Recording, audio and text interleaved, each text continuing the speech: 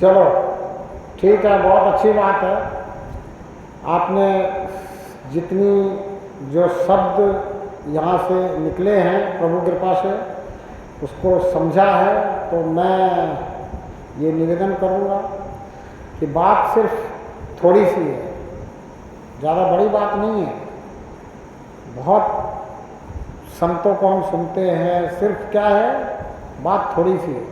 कितनी बोला, 18 पुराण लिख दिए व्यास जी ने, और 18 पुराणों के व्यास जी के लिखने के बाद में किसी ने व्यास जी से पूछा उस समय कि भाई आपने ये 18 पुराण क्यों लिख दिए? तो बोले 18 पुराण लिखने के दो ही कारण हैं। क्या कारण है? तो बोला अष्टादश पुराणेषु व्यासस्य द्विवचनम परोपकाराय पुण्याय पापाय परपीड़नम। बोला सिर्फ दो बातें बताने के लिए मैंने 18 पुराण लिख दिए। क्या बात है? बोला परोपकार करने से पुण्य अर्जित होगा और दूसरे के पीड़ा देने से पाप अर्जित होगा। अब ये तो पुराणों की बात हो गई, लेकिन वेद और उपनिषद क्या कहते हैं? वो कहते हैं पाप और पुण्य से भी ऊपर उठो, पाप पुण्य के चक्कर में मत पड़ो और चलो। किस तरफ चलो? तो बोला परमात्मा की तरफ चलो, परमात्मा की तरफ बढ़ो। और जब परमात्मा की तरफ बढ़ोगे तो संत महात्मा कहते हैं एक कदम अगर परमात्मा की तरफ बढ़ाते हो तो परमात्मा आपकी तरफ 10 कदम बढ़ाता है। अब वो कौन सा एक कदम है जो आपको परमात्मा की तरफ बढ़ाना चाहिए, वो मैंने बताया कि वो एक कदम है समर्पण, शरणागति। और शरणागति के साथ प्रार्थना शुरू हो जाए, हे प्रभु मुझे क्षमा कर, अपनी शरण में ले ले। क्यों? क्योंकि तेरी शरण को तो मैं जानता नहीं। कण कण में तू विराजमान है, कण कण में तू विद्यमान है, तू सब जगह है, तू मुझ में भी है, इसमें भी है, इसके और मेरे बीच में भी है। तो मैं तेरी शरण को तो जानता नहीं, इसलिए मैं शरण में आ नहीं सकता, पर तू तो ले सकता है। इसलिए हे प्रभु मुझे क्षमा कर, अपनी शरण में ले ले और जो तू चाहता है वो करवा ले इस शरीर रूपी साधन से। अब ये शरीर रूपी साधन तूने ही तो दिया है, तूने ही तो इस शरीर में डाला है। बेशक मेरे कर्मों, अच्छे कर्मों का फल है, अच्छा शरीर मिला है, लेकिन ये शरीर तो, इस शरीर में डालने वाला तो तू ही है। बेशक मेरे अच्छे कर्मों के फल के कारण मैं गूंगा नहीं हूँ, बहरा नहीं हूँ, लंगड़ा नहीं हूँ, लूला नहीं हूँ, अंधा नहीं हूँ, कोढ़ी नहीं हूँ, काना नहीं हूँ, कुब्जा नहीं हूँ। वो मेरे कर्मों के कारण हो सकता है कि मुझे अच्छा शरीर मिला है, पर इस शरीर में डालने वाला तो तू ही है और तेरा इस शरीर पे पूर्ण अधिकार है, मेरा तो है नहीं। अगर मेरा अधिकार होता तो मैं इसको रोक लेता जवानी में, मैं थोड़ी से जीर्ण शीर्ण होने देता। तो तेरा इस शरीर पे पूर्ण अधिकार है, इसलिए इस शरीर से तू जो चाहे वो करवा ले और मुझे यानी आत्मा को, मुझ आत्मा को ऐसी दृष्टि दे कि मैं इस शरीर से होते हुए को देखता रहूं, बिना लेकिन किंतु परंतु किए बगैर, यानी विदाउट टेंशन, बिना चिंता किए बगैर। जो कुछ हो रहा है क्योंकि परमात्मा करवा रहा है, और जो परमात्मा करवाता है वो सबसे अच्छा करवाता है। जो सर्वश्रेष्ठ हमारे जीवन में होना चाहिए वो परमात्मा करवाता है। तो प्रार्थना करें कि ऐसी दृष्टि दे कि होते हुए को देखता रहो, बिना लेकिन किंतु परंतु किए बगैर, और हर पल तुझे निहारता रहूं। सुनने में बड़ा आसान लगता है, पर इतना आसान नहीं है कि हर पल ये प्रार्थना हो जाए। इतना आसान होता तो सब कर लेते, इतना आसान नहीं है। क्यों नहीं है? क्योंकि जन्मों जन्मों से जो बैठा हुआ है बुद्धि में वो हम बुद्धि के चक्कर में पड़े हुए हैं, हम विवेक का इस्तेमाल नहीं कर रहे हैं। और परमात्मा बुद्धि से परे है। परमात्मा शब्दातीत है, शब्दों में परमात्मा नहीं मिलने वाला। हम सोचे कि शब्द में परमात्मा मिल जाएगा, किसी जाप से परमात्मा मिल जाएगा, किसी और चीज से, किसी कर्म से परमात्मा नहीं मिलेगा। परमात्मा की पहचान मिलेगी तो सिर्फ शरणागति से मिलेगी। और शरणागति का मतलब ही यही है कि जो तू चाहे वो करवा ले इस शरीर रूपी साधन से। अब मैं तेरा हो गया, मैं तेरा दास हो गया। अब मैं तेरा दास हो गया तो दास का काम क्या है? जो मालिक बोले वो करना। तब जाकर के कुछ बात बन सकती है। और कोई कहे कि एक ही जन्म में बन जाएगी, ये भी निश्चित नहीं है। और बनने को एक पल में भी बन जाए, क्या पता आपका भाव परमात्मा को आ जाए। ये सारा खेल भाव का है। एक पल में भी परमात्मा का दीदार हो सकता है। एक पल में ऐसी दृष्टि मिल सकती है जिससे परमात्मा दृश्यमान हो जाए, जिससे मुझे दिखने लग जाए और मैं भी कहने लग जाऊं कि जिधर देखता हूं उधर तो ही तो है। और हो सकता है कि इस जन्म में ना हो। तो संत महात्मा कहते हैं कि इस जन्म में प्रयास कर तो अगले जन्म में बिना प्रयास होगा, फिर प्रयास की जरूरत नहीं पड़ेगी। क्यों? क्योंकि स्वभाव साथ में जाता है। जब तक हम माया से जुड़े रहते हैं तब तक स्वभाव साथ में जाता है। जब हम परमात्मा से पूरी तरह से जुड़ जाते हैं, परमात्मा की पहचान हो जाती है, हर पल परमात्मा में ध्यान रहने लगता है। ध्यान करने की चीज नहीं है, ध्यान रहने लगता है। बचपन में खेल में ध्यान रहता है, हम रखते हैं क्या ध्यान खेल में? हम ध्यान करते हैं क्या खेल का? नहीं करते। तो जैसे बचपन में ध्यान रहता है खेल में, वैसे ध्यान रहने लग जाए परमात्मा में। ध्यान करने की चीज नहीं, रहने की चीज है। किसी किसी का पढ़ाई में ध्यान रहने लग जाता है, वो पढ़ाई में आगे निकल जाता है। अब किसी को कितना भी कहते रहो कि पढ़ाई में ध्यान लगा, पढ़ाई में ध्यान लगा, उसका लगता ही नहीं। तो ध्यान लगाने की चीज नहीं है, ध्यान रहता है।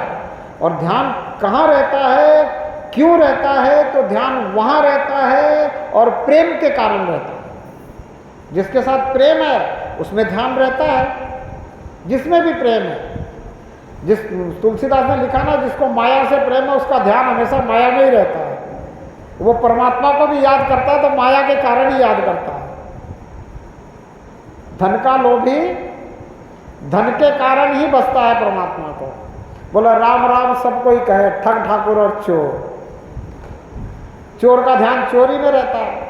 वो चोरी करने के लिए, उसका सफल होने के लिए परमात्मा को भसता है, परमात्मा के लिए परमात्मा को नहीं भसता। जन्म मरण से छुटकारे के लिए परमात्मा को नहीं भसता। तो बोला राम राम सब कोई कहे, ठग ठाकुर और चोर। ठाकुर भी राम राम करता है, ठग भी राम राम करता है, और चोर भी राम राम करता है, और संत भी राम राम करते हैं। संत आवागमन से मुक्ति के लिए विचार करके परमात्मा से प्रार्थना करते हैं, परमात्मा से निवेदन करते हैं, परमात्मा के शरणागत हो जाते हैं, दास भाव को ग्रहण करते हैं, दासों के भी दास बन जाते हैं। संत कहते हैं मैं तो दासों का भी दास हूँ। बोला जो तेरे दास है उनका भी मैं दास हूँ। और इस दासता को जब संत स्वीकार कर लेता है तो फिर संत क्या करता है? गली गली हरि गुण गाने लगता है। बोला मीरा रानी दीवानी कहाने लगी, गली गली हरि गुण गाने लगी। क्यों? क्योंकि अब वो दासों की भी दास हो चुकी है। वो तेरे दासों को भी तेरे गुण सुना रही है, ताकि वो भी दासों के दास बन जाए। तो वो मीरा रानी दीवानी कहाने लगी, गली गली हरि गुण गाने लगी। अब वो मंदिर में नहीं बैठी, अब मंदिर से ऊपर हो गई बात। तो मंदिर से ऊपर होना चाहिए। मंदिर तो पहली सीढ़ी है, पहली पायरी से दूसरी पायरी पे आना चाहिए।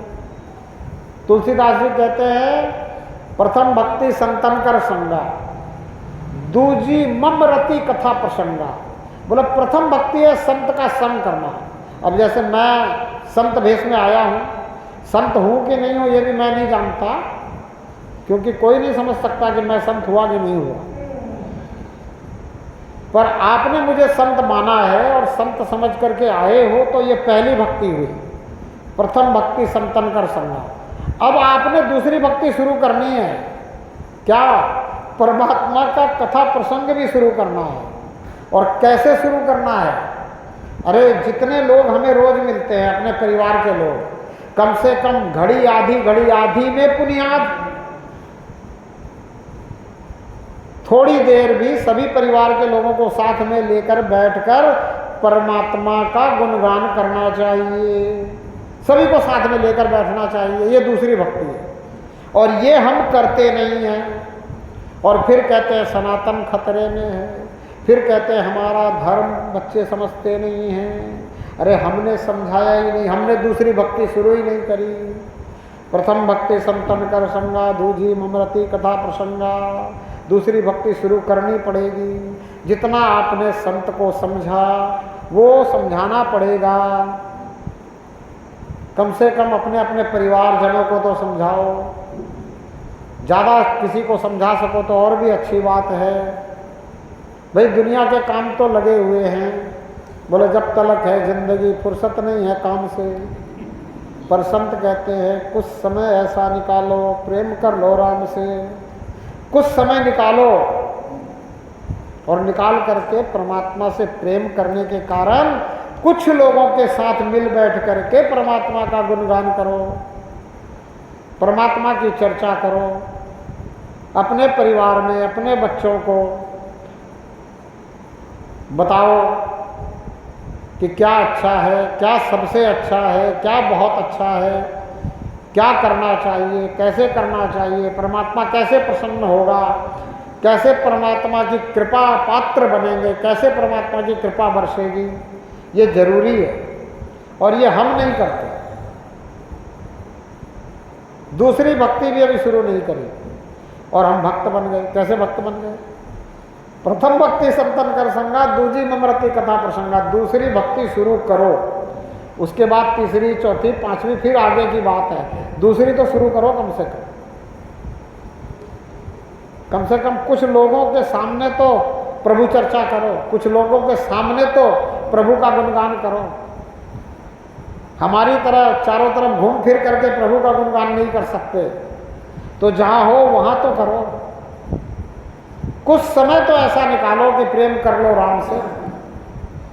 कुछ समय तो परमात्मा से प्रेम करो। कुछ समय सबके साथ बैठ करके करो, करना चाहिए। करोगे तो फायदे में रहोगे,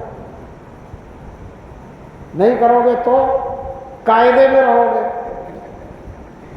जब आदमी के पास फायदा नहीं रहता तो फिर वो कायदे में चलना पड़ता है उसको। फिर उसके लिए कायदा बना रखा है संसार में कि तुझे ऐसा चलना पड़ेगा, वैसा चलना पड़ेगा, ऐसा करना पड़ेगा, वैसा करना पड़ेगा। लेकिन जो फायदे में रहता है उसके लिए कोई कायदा नहीं है इस संसार में। समझ रहे हो कि नहीं? समर्थ को नहीं दोष गुसाएं।